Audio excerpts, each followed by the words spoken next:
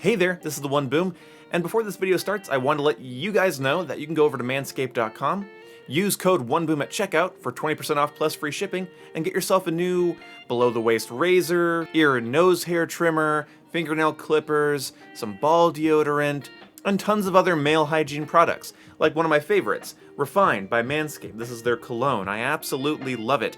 Every time I don't feel like showering, I just spray a couple of spritzes on. Don't breathe it in. Either way, it smells great, and I smell great because of it. Enjoy the video.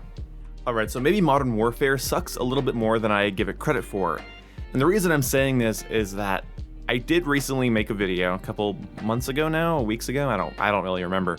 But I made a video about how Team Deathmatch was saving Black Ops Cold War for me because, I didn't really have to worry about carrying teammates and I could just sort of play however I wanted and just focus on the gunfights, and it somehow made the game more tolerable.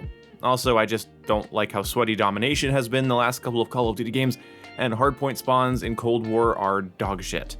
But let's look at Team Deathmatch and what it is really. Often it's avoided because there's no real point when playing it. You're just killing people play however they want, there's no common goal, there's no real camaraderie, there's no real tension. You're just killing and trying not to die, which often forces people to play in a very conservative or campy manner. But Team Deathmatch is the core of the game. Every game mode in Call of Duty features killing enemy players. Team Deathmatch is the only game mode other than Free-for-All, which we'll get to in a second, but Team Deathmatch is the only game mode that's simply about pointing your gun at somebody, or your rocket launcher, whatever it might be, and decimating them. That's the point. You're trying to delete your opponent. You're not trying to collect their tag, you're not trying to take their flag, you're not trying to hold the hard point. If your entire team is going negative in TDM, you're likely going to lose. Sometimes objective game modes feel like you can win on a technicality or lose on a technicality. Team Deathmatch? Much more simple. You died more than they died. But in my opinion, Modern Warfare needed objective game modes to be fun. The game needed objectives, or just places where naturally engagements would occur more often. It needed bomb sites, or flags, or hardpoints, or headquarters. It needed that because anybody not at the objective is likely going for a flank or going for a cutoff. Everybody on the objective is making the flow of the game more distinct. You expect people to run for the B flag, or the hardpoint, or the headquarters, and so it's expected. You do that because you don't want to lose the game. But in Team Deathmatch and Free-for-All, obviously there's no giant waypoint on the screen that says, go here to win, go here for kills. The entire map creates the flow.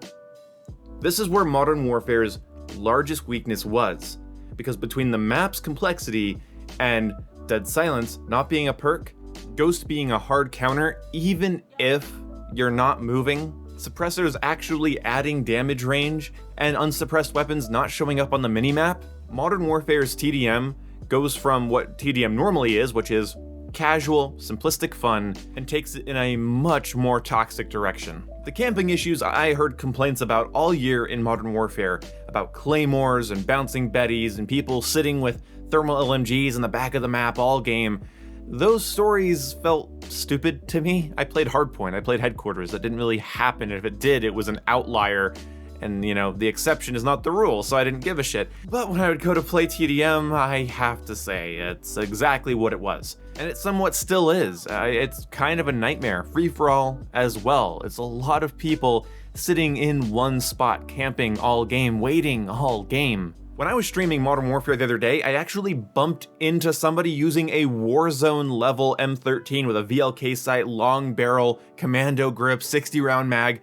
He had it kitted for the longest range engagements possible, and any chance he had to sit in a building, he did. Now, I ended up countering his ass, beating him. I think he actually left before the game ended. He wasn't very good, but those are the types of people that go into TDM in Modern Warfare, because the game is so abusable. The game's mechanics, again, mixed with the design of the maps, doesn't work. Modern Warfare 2 and 3, Black Ops 1, COD 4, or even World at War had messy, convoluted maps, but they followed a simple set of rules when it came to perks and the minimap, and I've said this stuff before. When they followed those rules, it made the game tolerable. Modern Warfare broke those rules to the game's disadvantage.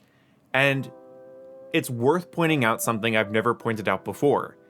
If Team Deathmatch doesn't work in your shooter, revisit the drawing board.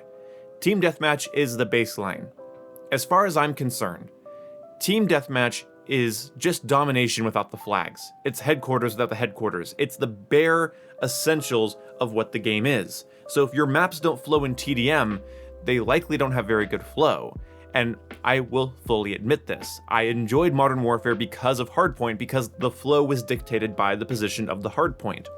But in some ways, from a design standpoint, that's kind of cheating. The layout should provide good flow. The mechanics of the game, the core, base mechanics, should provide good flow, ideally. But there's a reason I still sell Just Adapt merch in my store.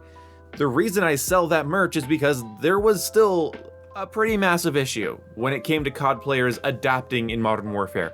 It is shocking how far you can get into a streak by sitting in one room. I am so impressed that it took people all year to realize that RPGs exist, snapshot grenades exist. I even got hit by an EMP drone the other day, which was really weird. People's unwillingness to adapt to situations and use unorthodox methods definitely hampered their experience in the game. When I do play Team Deathmatch in Modern Warfare, if I'm in a good mood, I like to make a game out of taking people out of their camping spots, out of their cover. Sometimes, and oftentimes, it's just as simple as picking a sniper rifle and watching the window of the building they're in, and the moment they stick their face in it, take them out.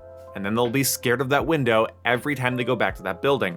Changing confident campers into timid babies that sit in corners is, well, it's a game in and of itself.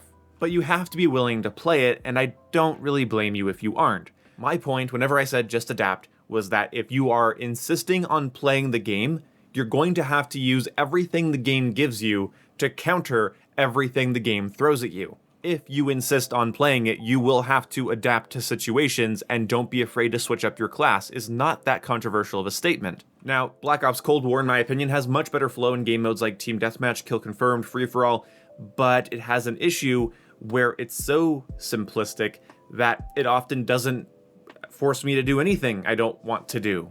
Maybe I use a slightly longer range kit on one map than another, but that's not terribly hard to achieve. But Black Ops Cold War deserves props for having a ninja perk, a ghost perk that only works when you're moving, unsuppressed weapons show up on the minimap, and suppressed weapons have less damage, range, or velocity.